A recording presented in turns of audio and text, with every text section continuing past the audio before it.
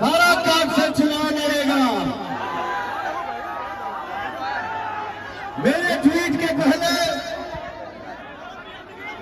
किसी को कोई खोज खबर भी नहीं था कि काराकाट भी लोकसभा है और यहाँ की जनता जो है हमारे परिवार के दिल में कितना तकलीफ है, किसी को कोई खोज खबर नहीं था। लेकिन जैसे पौर्णिमा ट्वीट किया, आप लोगों के बीच में आके खड़ा हुआ, आप लोगों का आशीर्वाद छुट्टी के ऊपर बरसने लगा। आज देखिए नतीजा ये है, आज काराकाट लोकसभा के अंदर देश भर से हेलीकॉप्टर आके गिरे लगा। आज सबको चिंता सताने लगी है। क्यों भाई? काराकाट में एगो पवनवा ऐसा लड़का खड़ा बा चुनावी माहौल में, सबके दिमाग डगमगा गई बा। किसी के लिस्ट में भी नहीं था। जगला के बाद छोड़ दो भैया, सपने में भी कोई कल्पना नहीं था कि काराकाट भी एक लोकसभा है। मैं इतना बता दूं, कल भी महाभारत में अभिमन्यु अकेला था। भाई आराम से हो, आराम से। कल भी महाभारत में अभिमन्यु अकेला था। कृष्ण के होते हुए बाबू आराम से शेर उठा जा, आराम से कोनो भगदड़ कोनो हड़बड़ी करने की जरूरत नहीं है। आराम से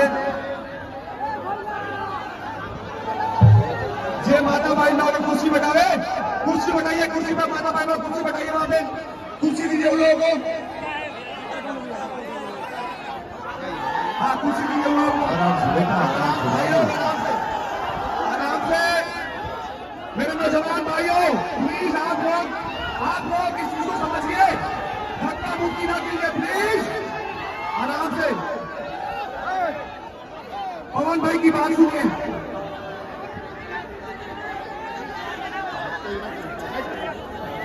शांति बना के रखवा लो तो आवाज भी आप लोगों को अच्छा से सुनाई। बाबू थोड़ा शांति बनावा लोगन, आराम से। देखा आपका भाई आपके बीच में बैठे तो भाई का बात एकदम शांति से। पता है आप लोगों का स्वागत एकदम एक्साइटेड बना हुआ, लेकिन प्यार जब तक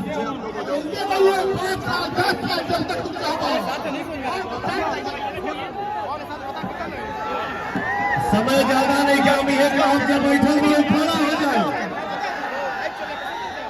मैं ये बोल रहा था कि कल भी महाभारत में अभिमन्यु अकेला था। कृष्ण और पांडव के होते हुए चक्रव्यूह में घेर कर राक्षसों ने मारा था। और आज भी रण में अभिमन्यु अकेला है। लेकिन भैया भगवान रूपी जनता उसके साथ है। हमारे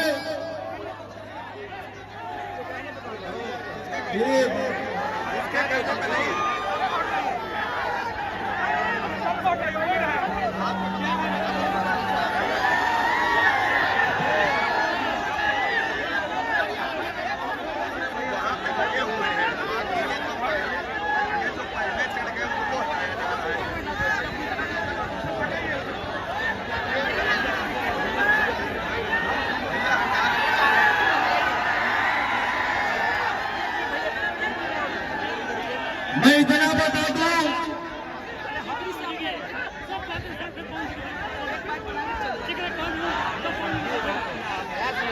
तपती धूप में, इस कड़ाके की गर्मी में भी हमारे नौजवान भाइयों में जो एनर्जी है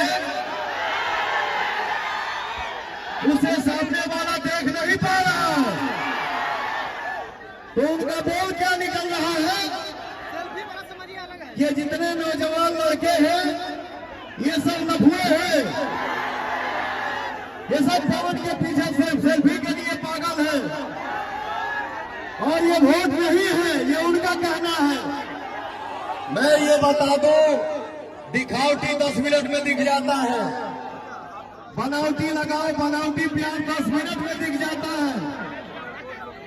मैं उनको बता दूं, ये वोट नहीं है तो क्या है। और ये नौजवान भाई, उनके नजर में लफुआ हो सकते हैं, लेकिन पवन के लिए आप सब जान है, हमारी दुनिया है, हमारे लिए आप ही जहान है।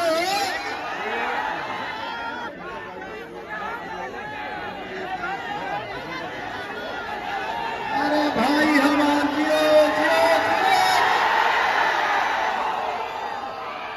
आने वाले 1 तारीख को भैया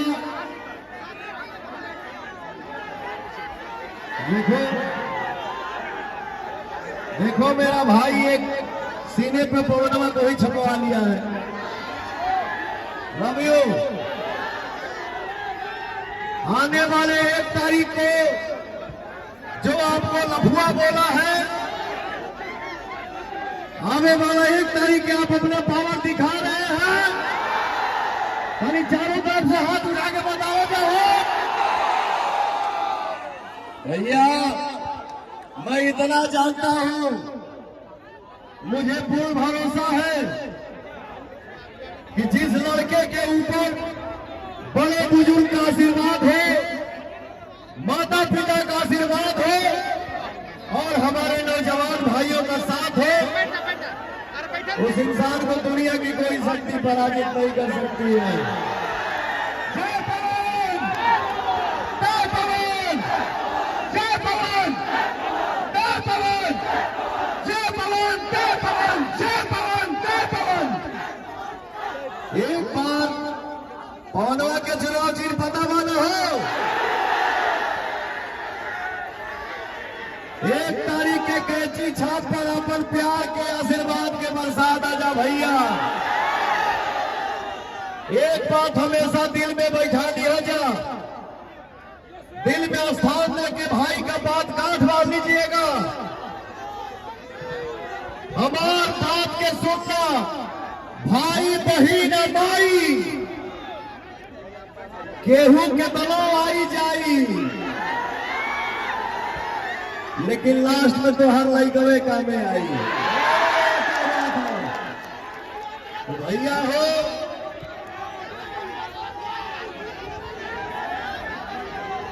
एक बार मैं चाहूंगा कि हमारे जितने भाई हैं, भैया हैं, माता है, बहन है, एक एक व्यक्ति, एक एक इंसान हाथ उठा के ताली बजा के कैंची छाप जिंदाबाद करना जा भैया।